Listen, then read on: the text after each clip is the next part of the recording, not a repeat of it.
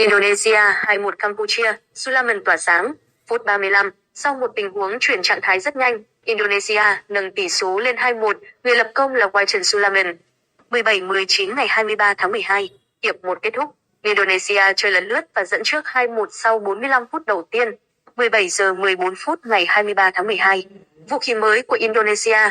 Từ đầu trận, trung vệ nhập tịch Zoki Ahmad thực hiện nhiều đường chuyền vượt tuyến, xuyên tuyến chính xác để mở ra cơ hội cho Indonesia. Ở bàn thắng thứ hai, anh có cú phất bóng ra biên phải để đồng đội băng xuống. Vừa rồi, Ahmad có chọc khe để Maulana băng xuống nhưng số 10 bỏ lỡ cơ hội. 17 giờ 11 phút ngày 23 tháng 12, Maulana xử lý lỗi. Phút 39, Izzy Maulana và bẫy Việt vì thành công băng xuống đối mặt thủ môn Campuchia. Số 10 của Indonesia làm động tác giả định đi bóng qua thủ môn nhưng lại cướp bóng. 17 giờ 09 phút ngày 23 tháng 12, Indonesia vươn lên dẫn trước. Phút 35, Indonesia có pha chuyển trạng thái từ phòng ngự sang tấn công tốc độ. Chỉ sau 2 đường chuyền, bóng được đưa vào vùng cấm. Sulaiman có mặt đúng lúc để đệm bóng cận thành, nâng tỷ số lên 2-1. 17 giờ 04 phút ngày 23 tháng 12, Campuchia có thế trận ổn. Sau 30 phút hiệp 1, Campuchia có thế trận phòng ngự phản công khá ổn. Đặc biệt, khi có được bàn gỡ, họ chơi tự tin hơn và không còn chịu quá nhiều sức ép của đội chủ nhà như đầu trận.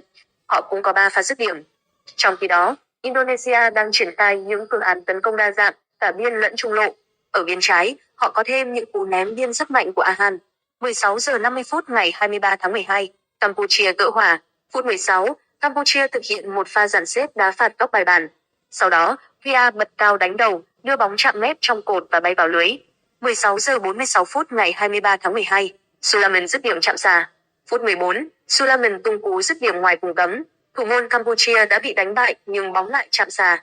16 giờ 43 phút ngày 23 tháng 12, Maulana tỏa sáng. Phút thứ 7, Maulana lập công sau khi bỏ lỡ một số cơ hội từ đầu trận. Từ một cú tạt bóng bên cánh trái, anh chọn vị trí khôn ngoan để dứt điểm cận thành, giúp Indonesia vươn lên dẫn trước. Indonesia đang tổ chức tấn công biên rất nhiều với 2 hậu vệ giỏi tạt bóng là Asnawi và Ahan. 16 giờ 37 phút ngày 23 tháng 12, Maulana đánh đầu vọt xa. Phút thứ 6, Indonesia có pha triển khai tấn công biên ấn tượng. Bóng được tạt vào trong và Maulana bật cao đánh đầu, đưa bóng đi vọt xa. 16 giờ 35 phút ngày 23 tháng 12, chưa có bàn thắng cho Indonesia. Phút thứ 3, Maulana băng xuống đón bóng trong vùng cấm rồi dứt điểm tung lưới Campuchia. Tuy nhiên, bàn thắng không được công nhận do lỗi việt vị. 16 giờ 32 phút ngày 23 tháng 12, trận đấu bắt đầu. Indonesia ra sân với trang phục đỏ truyền thống. 16 giờ 26 phút ngày 23 tháng 12, dàn sao Indonesia khởi động. Ảnh PSSI. 16 giờ 10 phút ngày 23 tháng 12, đội hình ra sân Campuchia. Sein Chantia là cái tên được kỳ vọng trên hàng công. 15 giờ 59 phút ngày 23 tháng 12, đội hình ra sân Indonesia. Những ngôi sao hàng đầu như Asnawi Mangkulam, Izzy Maulana, Wajid Sulaiman đều có mặt. 15 giờ 55 phút ngày 23 tháng 12, Honda, lịch thi đấu AFF Cup không thể chấp nhận được. Lịch thi đấu của AFF Cup không thể chấp nhận được, Kisuk Honda viết trên trang cá nhân. Ngày 20 tháng 12, Campuchia có trận đấu với Philippines. Ngày 21 tháng 12, chúng tôi phải di chuyển sang Indonesia và không có lịch tập. Ngày 22 tháng 12, chúng tôi bắt đầu tập trước trận đấu. Ngày 23 tháng 12, Campuchia thi đấu với Indonesia trên sân khách. Ảnh Nguyên Khang. 15 giờ 47 phút ngày 23 tháng 12, huấn luyện viên Shin Tae-yong chỉ trích đội bóng Anh. Trong đợt U19 tập huấn ở châu Âu, tôi đến các câu lạc bộ của Watt và Bagot. Khi đó, mọi chuyện đều tích cực, mặc dù không có gì là chắc chắn. Tôi đề nghị Bagot tham dự sau vòng bảng, còn Watt có thể hội quân sau lượt trận đầu, CNN Indonesia trích chia sẻ của huấn luyện viên Shin. Nhưng có vẻ như tôi thấy rằng các đội bóng này coi nhẹ Indonesia. Đáng lẽ họ nên cùng nhau tìm kiếm một giải pháp cùng có lợi cho đôi bên, nhưng điều đó không được đưa ra bằng một câu trả lời thỏa đáng. Vì vậy, thật đáng tiếc, huấn luyện viên người Hàn Quốc nói thêm. Huấn luyện viên Shin quyết định loại Bagot cho Watt, thay vào đó là 2 cái tên Hansamuzama Pranata và Edo Fepinsa. Ở quân AFF Cup 2020 sẽ có trận ra quân gặp Campuchia ngày 23 tháng 12. Ảnh, ý kiện. 15 giờ 45 phút ngày 23 tháng 12, Kisuk Honda tố bị Indonesia chơi xấu. Họ gọi 2 lần vào điện thoại bàn phòng tôi ở Indonesia. Khi tôi nhìn đồng hồ, lúc đó là 4 giờ. Các cuộc gọi đều cúp máy trước khi tôi trả lời. Có lẽ đây là lời hỏi thăm dành cho chúng tôi trước trận. Ngày mai là trận đấu quan trọng, vì vậy tôi sẽ thông báo cho các cầu thủ về vụ việc, Kisuk Honda viết trên trang cá nhân. 4 cầu thủ quan trọng nhất cho tham vọng xưng vương của đội tuyển Indonesia. Đội tuyển Indonesia đặt tham vọng rất cao tại AFF Cup 2022. Dưới đây là 4 trụ cột quan trọng nhất của họ. 1. Asnawi Mangkulam. Asnawi Mangkulam vẫn sẽ là trụ cột của huấn luyện viên Shin Tae-yong cho vị trí hậu vệ cánh phải.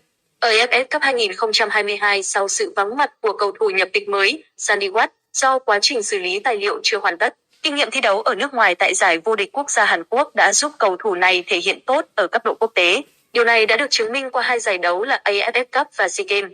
Khả năng phòng thủ hai bên cánh của anh khiến đối thủ của đội tuyển Indonesia gặp nhiều khó khăn trong việc xuyên thủng hàng hậu vệ. Đáng tiếc là ở 2 trận đấu tại vòng loại ASEAN Cup 2023 với Kuwait và Jordan, người ta không thấy vai trò của Asnawi Mangkulam trong quá khứ. Nhưng sau đó, anh đã trở lại phong độ đỉnh cao của mình. 2. Pratama Ahanda ở cánh đối diện với Asnawi Mangkulam, khu vực hậu vệ cánh trái của hàng thủ đội tuyển quốc gia Indonesia Ju Pratama Ahan đảm nhiệm. Anh đã thể hiện rất tốt cho đến thời điểm hiện tại. Những quả tạt bóng về phía cột xa là điểm mấu chốt để Pratama Ahan tạo ra sự hỗn loạn trước khung thành đối phương, từ đó tạo ra những cơ hội ghi bàn. Anh đã làm điều này khi xuất hiện để bảo vệ đội tuyển quốc gia Indonesia trong trận đấu giao hữu với Timor-Leste. Khi đó, quả bóng do Pratama Ahan thực hiện đi thẳng về phía khung thành đối phương, đập vào người hậu vệ Timor-Leste dẫn đến bàn thua. Ngoài những quả ném biên khá nguy hiểm, Pratama Ahan còn siêng năng hỗ trợ tấn công khi tham gia những pha phản công nhanh. Không phải là không có khả năng anh có thể tạo ra cơ hội ở trận đấu với Campuchia tới đây. Pratama Ahan cũng là một trong những cầu thủ yêu thích của Shin Tae-yong ở đội tuyển quốc gia Indonesia, bởi anh thường xuyên được triệu tập và là sự lựa chọn hàng đầu. 3. Redmart Irianto. Đội tuyển Indonesia vào chung kết AFF Cup 2020 không thể không nhắc tới hàng tiền vệ mạnh mẽ của họ. Khi nhắc đến hàng tiền vệ của đội tuyển quốc gia Indonesia, Redmart Irianto sẽ là nhân vật đáng nhớ nhất bởi anh đã chơi rất hay ở AFF Cup 2020. Giống như một vị tướng ở giữa sân, Redmart Irianto đóng vai trò quan trọng trong việc truyền bóng lên phía trước và điều tiết nhịp độ trận đấu cho đội tuyển quốc gia Indonesia. Ngoài ra, cựu cầu thủ Persebaya này cũng thường xuyên khai thông bế tắc từ tuyến 2 bằng những cú sút xa như búa bổ. Anh đã chứng minh điều này khi đưa đội tuyển quốc gia Indonesia giành chiến thắng 2-1 trước Kuwait ở vòng loại ASEAN Cup 2023. 4. Waitan Sulaiman. Cầu thủ yêu thích khác của huấn luyện viên Shin Tae-yong là Waitan Sulaiman. Cựu cầu thủ Lecia Jidang luôn được triệu tập tăng cường cho đội tuyển quốc gia Indonesia và trở thành sự lựa chọn hàng đầu trên hàng công. Waitan Sulaiman sẽ ra sân ngay từ đầu trong trận đấu với Campuchia ở lượt trận đầu tiên bảng A AFF Cup 2022. Waitan được kỳ vọng sẽ xé toang hàng phòng ngự của Campuchia. Garuda Squad cần đến sức mạnh của Waitan để đạt kết quả tốt vào cuối tuần này. Huấn luyện viên Shin Tae-yong muốn cùng ông Park nâng tầm AFF Cup. Tôi cùng đồng hương Park Hang-seo đội tuyển Việt Nam và Kim Bang Công đội tuyển Malaysia sẽ phải thể hiện hết năng lực để nâng tầm AFF Cup, huấn luyện viên Shin Tae-yong nói. AFF Cup 2022 chứng kiến lần đầu tiên 10 đội dự giải đều được dẫn dắt bởi các huấn luyện viên ngoại quốc. Trong đó đáng chú ý nhất là cuộc so tài giữa 3 chiến lược gia Hàn Quốc nắm 3 ứng viên cho chức vô địch, gồm Park Hang-seo đội tuyển Việt Nam, Shin Tae-yong đội tuyển Indonesia và Kim Bang Công đội tuyển Malaysia. Cũng từ chi tiết này mà truyền thông Hàn Quốc hướng sự quan tâm đặc biệt tới giải đấu lớn nhất Đông Nam Á. Kể từ khi nhận nhiệm vụ, cả 3 huấn luyện viên đều làm khá tốt công việc của mình. Vì thế, sự chú ý của truyền thông Hàn Quốc dành cho chúng tôi cũng lớn hơn, huấn luyện viên trưởng Indonesia Shin Tae-yong chia sẻ. Ông Shin với AFF Cup như World Cup thu nhỏ của Đông Nam Á.